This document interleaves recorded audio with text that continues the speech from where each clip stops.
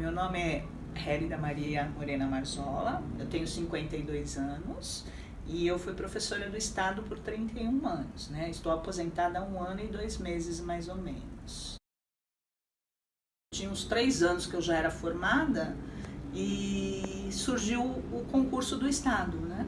E era uma coisa assim, e como até hoje é bem difícil e muito competitivo, né? Muita gente querendo prestar a prova. E trabalhar na escola pública, eu vejo, né? Sempre vi o meu trabalho assim, a oportunidade de me realizar profissionalmente, mas também de fazer uma contribuição social. Você se depara com histórias, com crianças, com situações e que você acaba se envolvendo e ajudando também. Então não fica restrito só a ser profissional, a ser professora só, né? Eu encontrei dentro da profissão um ponto onde eu podia contribuir também socialmente. Os desafios, eles são muitos, né? Eu, enquanto professora, porque eu sempre fui muito falante, sempre gostei de me relacionar com todo mundo, eu não tinha dúvida.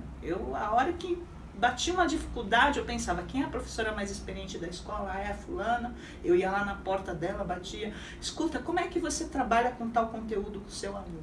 Eu não tinha vergonha de expor, porque eu sabia o que eu tinha que fazer. Eu só não sabia como fazer, né? Que essa é a grande dificuldade também. Como fazer? Naquela época não existia coordenador quando eu entrei, então praticamente era você sozinho e tinha que se virar. Aí depois, com o tempo, você vai adquirindo experiência, você vai sabendo como trabalhar, aí você se depara com outro grande problema, né? Que não existe só o seu trabalho dentro da escola. A escola é formada por um conjunto de professores.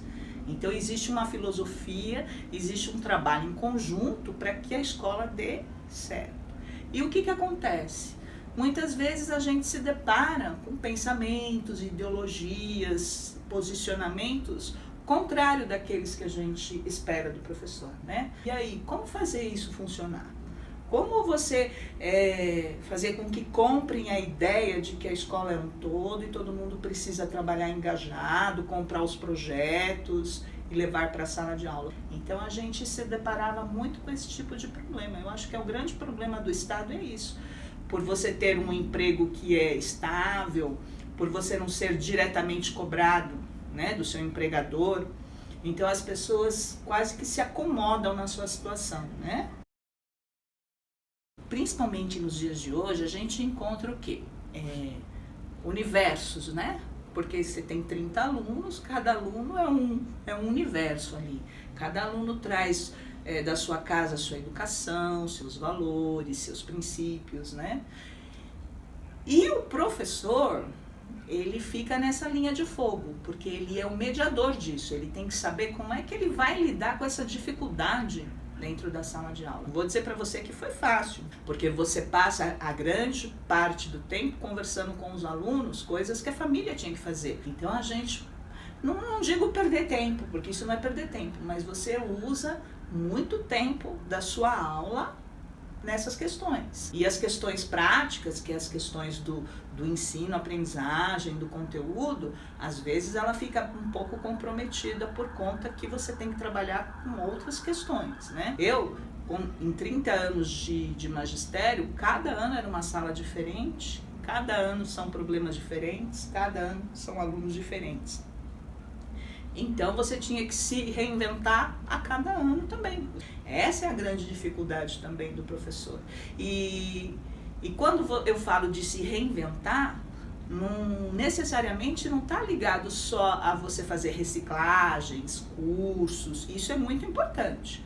Mas é você acompanhar a evolução da sociedade, né? Uma sala que eu tinha há 30 anos atrás, em 1986, quando eu comecei, não foi a mesma sala de 2017, quando eu terminei. E se você fosse o mesmo professor de 30 anos atrás, com certeza você não tem sucesso. Cada professor tem um kit de livro para trabalhar.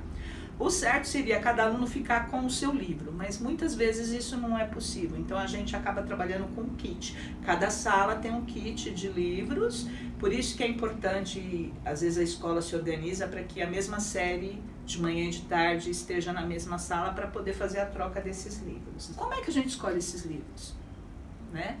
E aí vai da questão político-pedagógica da escola, né? Da seriedade que isso é tratado. E aí a gente esbarra pela dificuldade de tempo dos professores, de predisposição de estudar, porque você tem que estudar, você tem que ver os livros, saber os prós e os contras, né? Conhecer o autor, e muitas vezes isso não acontece. Então acaba sendo uma escolha quase que aleatória, e por isso que às vezes muitos livros ficam encostados pela escola, porque você faz uma escolha errada e na hora do dia a dia ele não serve. O Estado, ele manda material, ele manda verba, às vezes, e na grande parte, não é o suficiente, né? Mas a gente tem sim, a gente tem uma infraestrutura sim. E se o diretor da escola, ele sabe se organizar, ele sabe promover festas, ele sabe engajar a sociedade dentro da escola, a escola funciona. Então essa grande dificuldade é em gerenciar pessoas. Quem está gerenciando e quem são as pessoas gerenciadas. E a predisposição delas para que isso funcione e dê certo dentro do Estado. O ensino público, ele tem aquela questão que as pessoas não entendem muito da não reprovação. Você imagina você numa sala, eu num 5º ano, que tem todo um conteúdo que você tem que trabalhar, e você acaba tendo alguns alunos que ainda não são alfabéticos. Meu maior desafio, como você perguntou, foi um 4º ano, onde eu tinha exatamente metade da sala alfabética, o que é alfabético? Que sabia ler e escrever, e metade que não eram alfabéticos, eles não sabiam ler e escrever. E aí eu me deparei com essa situação, o que eu vou fazer? O que eu fiz? Eu dividi a sala no meio, conversei com eles, nós conversamos como que seria feito o trabalho, fiz toda uma preparação para que não houvesse nenhum tipo de bullying, nenhum tipo de problema entre eles, né? Em certos momentos de discussão, momentos de história, geografia, onde a gente fazia trabalhos, a classe se inteirava. Mas nos momentos de alfabetização e de matemática, não dava para fazer a interação da sala. Aí onde eu tinha que fazer esse trabalho separado. Enquanto professora, eu sempre pensei, cada aluno tem seu 100%. O seu 100% não é o meu, e nem o dela, mas cada um tem o seu 100% de avançar dentro da disciplina. E é isso que eu sempre busquei, né? Aquilo que eu me propus a fazer, eu quis fazer da melhor forma que eu pude. Então eu acho assim, missão cumprida e consciência limpa, né?